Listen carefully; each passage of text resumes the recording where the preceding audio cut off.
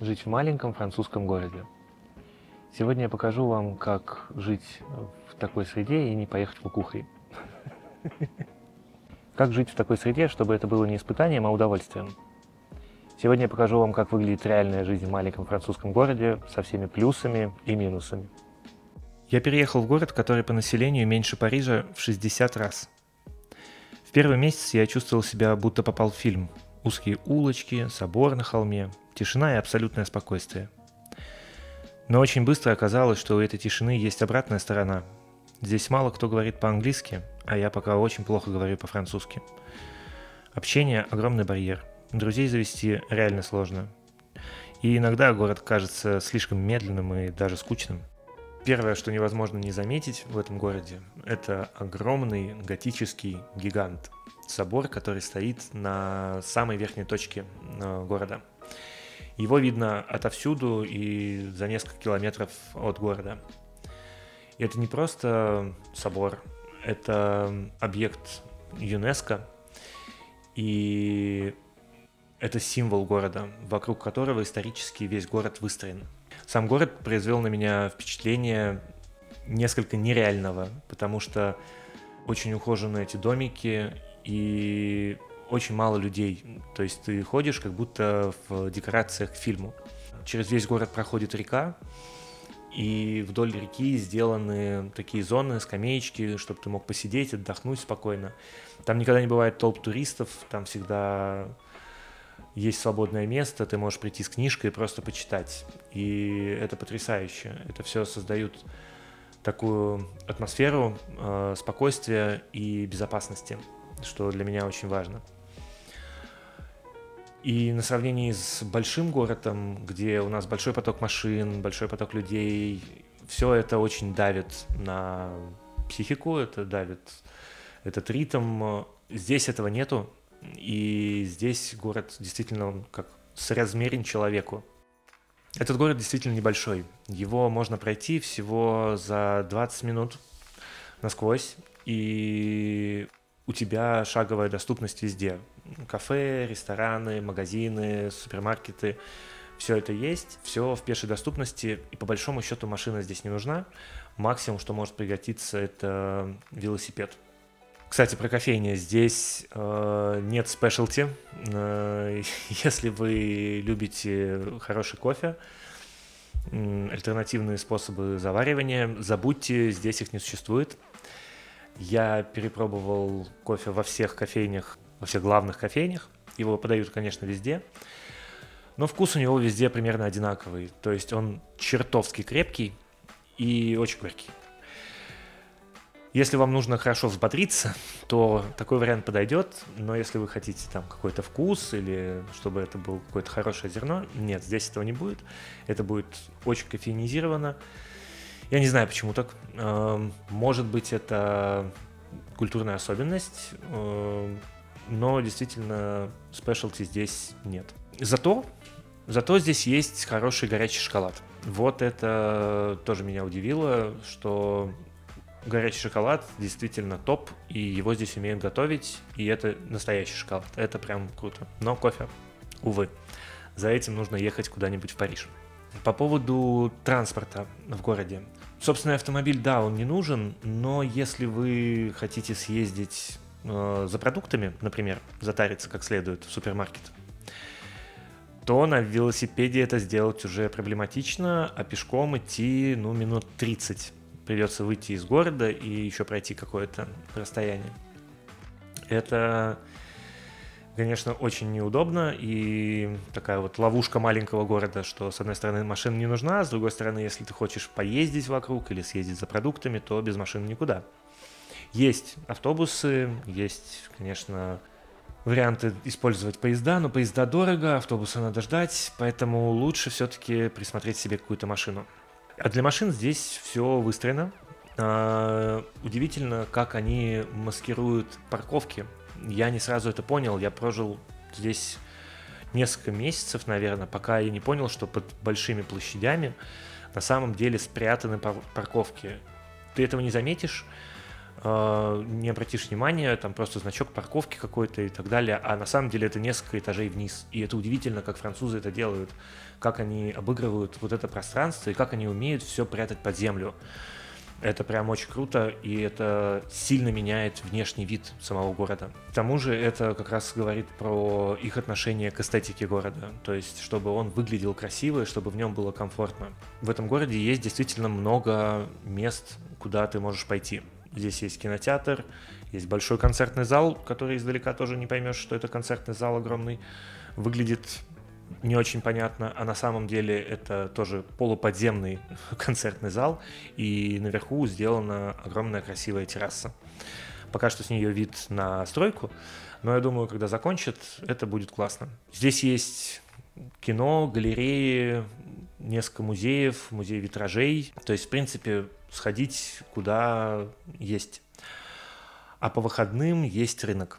По субботам это рынок овощей и мяса. Туда стекается, мне кажется, весь город и все пригороды. То есть в субботу утром город бурлит. И на этом рынке это не просто какая-то покупка продуктов. Это прям такое событие. То есть там люди приходят и пообщаться, и поздороваться, посидеть рядом, потом попить кофе или горячего шоколада. Очень приятно. Продукты стоят, относительно Парижа, наверное, дешевле, но вообще достаточно дорого, фермерские, но и качество у них тоже впечатляет. То есть сыры там — это просто бомба. По воскресеньям этот рынок превращается в барахолку. Туда съезжаются владельцы всех маленьких магазинчиков, и могут прийти местные жители тоже поставить свои вещи, и просто их продают. И там действительно место поиска сокровищ. Моя жена уже очень много там чего нашла. Я, к сожалению, пока что нет, но я все равно хожу туда посмотреть, потому что это интересно рассматривать. Это такой, знаете, исторический срез вы получаете. То есть там же очень много вещей просто с чердаков чьих-то. И там может быть какая-нибудь шпага или сабля, или, не знаю, часы какие-нибудь, предметы быта, какие-то тарелочки. Прям рассматривать это очень любопытно, интересно. И там есть и винил, и много-много чего. Я, если туда иду, я закладываю себе час на то, чтобы все походить, посмотреть. Часто они обновляют, и всякий раз, когда приходишь, ты увидишь что-то новое. И стоит это все очень, очень доступно. Это прям можно найти там что-то для дома, вот какие-то бытовые штуки, тарелки, ложки, какие-нибудь красивые. Вот этого очень много, и это всегда очень интересно. Также по воскресеньям в соборе проходит служба. И даже если вы не верующий человек и далеки от религии, я очень советую туда заглянуть, потому что там поет хор. И послушать вот это вот пение хоровое в этих стенах — это просто потрясающе. Они действительно звучат невозможно красиво. Невозможно красиво. Это и из-за самого собора, из-за самого хора все вместе это звучит потрясающе. И люди, которые туда ходят, прихожане, это очень, естественно, добрые, очень спокойные люди, очень приятные. Там приятно находиться. Знаете, я в этот собор иногда прихожу просто так, просто посидеть. Не потому что там я религиозный там, или еще что-то. Просто это такое очень мощное место, но в то же время там так спокойно и так тихо, и иногда там очень здорово посидеть и просто прислушаться к себе и подумать о чем-то своем. В городе также есть место для встреч. Здесь много ассоциаций, где люди встречаются, общаются по интересам. И для них есть такие домики, называются Maison pour tout. Это переводится как «дом для всех». И там, собственно, вот эти группы, которые собираются по интересам, встречаются и чем-то занимаются. Кто-то обсуждает историю, кто-то может заниматься какими-то кулинарными вещами, не знаю, поделки по дереву, очень много, и это мне очень нравится как инициатива. Я туда еще, к сожалению, не дошел, Слышал много раз проходил мимо, но из-за того, что у меня низкий уровень французского, я пока туда не ходил. Как идея, мне очень нравится, очень круто. И я думаю, что это отличный способ для того, чтобы находить новые знакомства, как раз-таки. Даже на самом деле, если нету языка, все равно туда можно зайти. Например, через ассоциацию любителей ходьбы. То есть, чтобы с ними ходить куда-то, тебе не обязательно с ними сильно разговаривать, да? Так что, может быть, я попробую через это. А для прогулок здесь, кстати, сделано очень много. Здесь, вот я упомянул, что река идет через весь город. И вдоль всей реки сделана огромная набережная.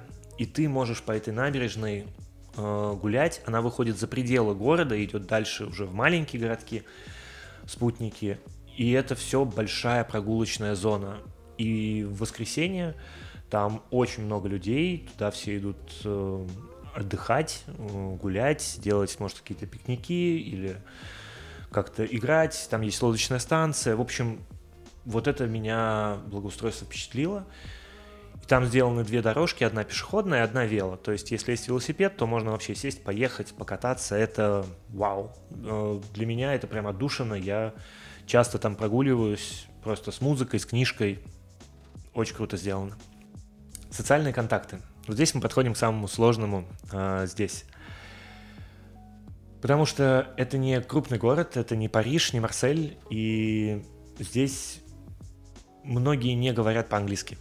То есть, либо ты говоришь по-французски, либо никак, к сожалению. Если есть возможность предварительно выучить хотя бы базовый какой-то уровень разговорный, чтобы хотя бы small talk какой-то поддержать, прям очень надо.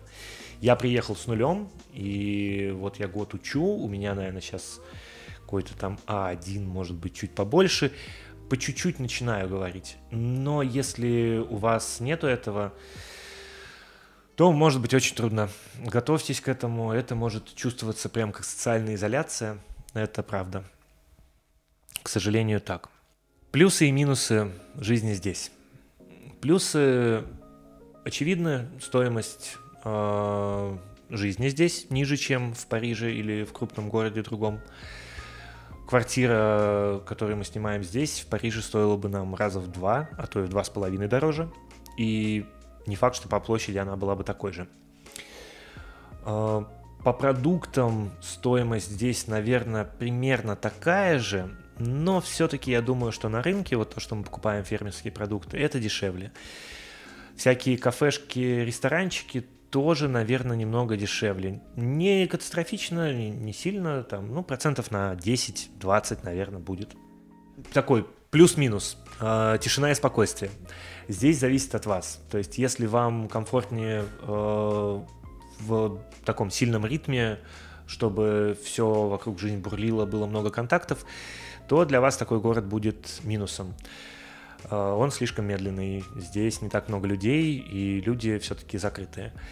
Если для вас важнее, чтобы было тихо, спокойно, и вы могли спокойно заниматься своими делами, то это, конечно, огромный плюс, здесь все это есть. Ну и удаленность от Парижа на транспорте не такая уж и большая, то есть за час 15 до Парижа можно добраться, там плюс метро. Вообще, не так уж далеко. Так что это такой плюс-минус. Для меня, пожалуй, жизнь здесь стала чем-то хорошим, потому что за это время я смог спокойно выучить язык без спешки, успокоиться и порешать всякие свои делишки, то, что у меня было там накоплено. Поэтому для меня этот опыт приятный и классный. Но сейчас я уже, наверное, все-таки подхожу к тому, что мне нужно больше контактов, и мне нужен, наверное, немножко другой ритм. За последние годы я пережил 3 эмиграции, и этот городок и Франция — это моя 3-я эмиграция. И я пришел к тому, что я хочу продолжать развиваться в Ютубе, в съемках для Ютуба, в документалистике, и я готов брать проекты под это дело. Если вы находитесь во Франции или если вы находитесь в Евросоюзе и вам нужны какие-то съемки, обращайтесь, я буду рад помочь и с удовольствием подключусь. Если же вам нужны консультации по развитию на YouTube, С этим я тоже могу помочь. Ссылки в описании. Пишите, буду рад. Спасибо вам огромное за просмотр. Я буду рад вашим комментариям, вашей обратной связи под этим видео. Спасибо вам огромное. Всех обнял. До скорого. Пока-пока.